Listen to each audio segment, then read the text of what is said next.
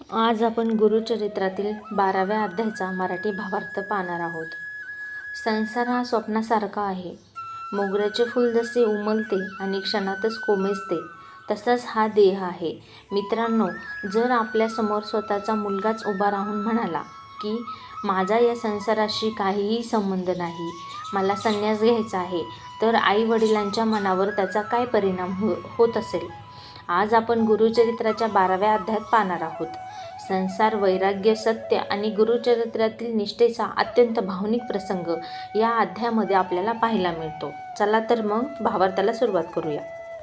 मित्रांनो, अंबाबाईने आपल्या मुलाला आपल्या परीने बालपणी संन्यास घेण्यापासून परावृत्त करण्याचा प्रयत्न करते. तेव्हा नरहरी आपल्या मातेला समजावून सांगतात, आई, जीविताचा काहीच भरोसा नाही, म्हणून म्हातारपणाची वाट न पाहता जोपर्यंत आपले शरीर सुदृढ आहे तोपर्यंतच पुण्यमार्गाचे आचरण करावे. आणि मला संसार, धन, दौलत याची कशाचीच आसक्ती नाही. संसार हा स्वप्नासारखा आहे. मोगऱ्याचे फूल जसे फुलून लवकरच कोमेजते, तसाच हा देह आहे. अशा प्रकारे अनेक वेगवेगळी उदाहरणे देऊन आपल्या मातापित्यांची नरहरी समजूत घालत असतो. मुलाचे बोलवचन ऐकून आई त्याला म्हणाली, तू आम्हाला सांगितलेले पटते, परंतु याची खात्री वाटत नाही. तेव्हा तू दिलेल्या वचनाप्रमाणे जोपर्यंत मला आणखी पुत्ररत्न प्राप्त होत नाहीत तोपर्यंत तू इथेच राहावेत. तू आमचा पुत्र नसून आमचे कुलदैवत आहेस. तुझ्या वचनाची आम्हाला साक्ष पटू दे. नरहरी 1 वर्ष तिथे आई वडिलांजवळ राहिले. त्या कालावधीत त्यांनी अनेक विद्वानांना वेदशास्त्र शिकवली. नरहरीच्या वचनाप्रमाणे त्याच्या मातेला जुळे पुत्र प्राप्त झाले. ते 3 महिन्याचे झाल्यावर नरहरीने आपल्या मातापित्यांचा निरोप घेण्याचे ठरविले. निरोप घेत समयी साक्षात दत्तात्रय स्वरूपात त्यांना दर्शन दिले आणि पुन्हा 30 वर्षांनी मी आपणास भेटीस येईल असे सांगितले. तसेच या जन्मात तुम्हाला आणखी 2 पुत्र व कन्या प्राप्त होतील असे सांगितले व असे अभिवचन देऊन नरहरी तेथून लगेच निघाले. मित्रांनो, पुढे ते काशी क्षेत्रास गेले. तेथे कृष्ण सरस्वती नावाच्या वयोवृद्ध संन्यासी यतीने संन्यास धर्माचे पुनरुज्जीवन करून लोकांद्वारे करण्यासाठी त्यांना संन्यास घेण्यास आग्रह केला. तेव्हा नरहरीने कृष्ण सरस्वतींचा अधिकार व ज्येष्ठत्व लक्षात घेऊन त्यांच्याकडून संन्यास ग्रहण केला. तेव्हापासून नृसिंह सरस्वती या नावाने ओळखले जाऊ लागले.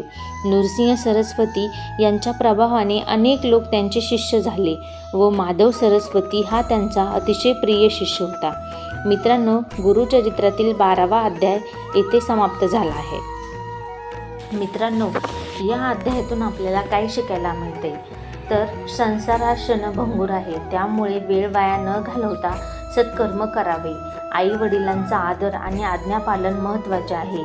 वैराग्य असले तरी कर्तव्य विसरू नये. योग्य वेळ आल्यावरच कृपा फळ देते आणि घाई न करता श्रद्धा ठेवावी.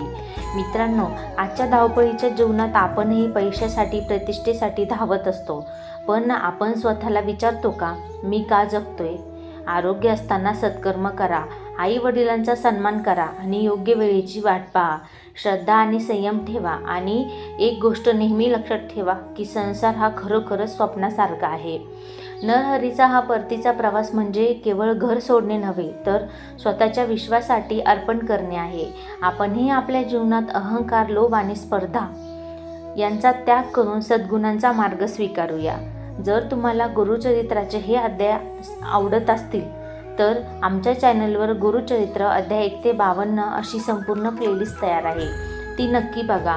पुढील अध्यायाचे अपडेट मिळवण्यासाठी बेल आयकॉन दाबायला विसरू नका. आपला पाठिंबाच आम्हाला पुढे जाण्याची प्रेरणा देतो.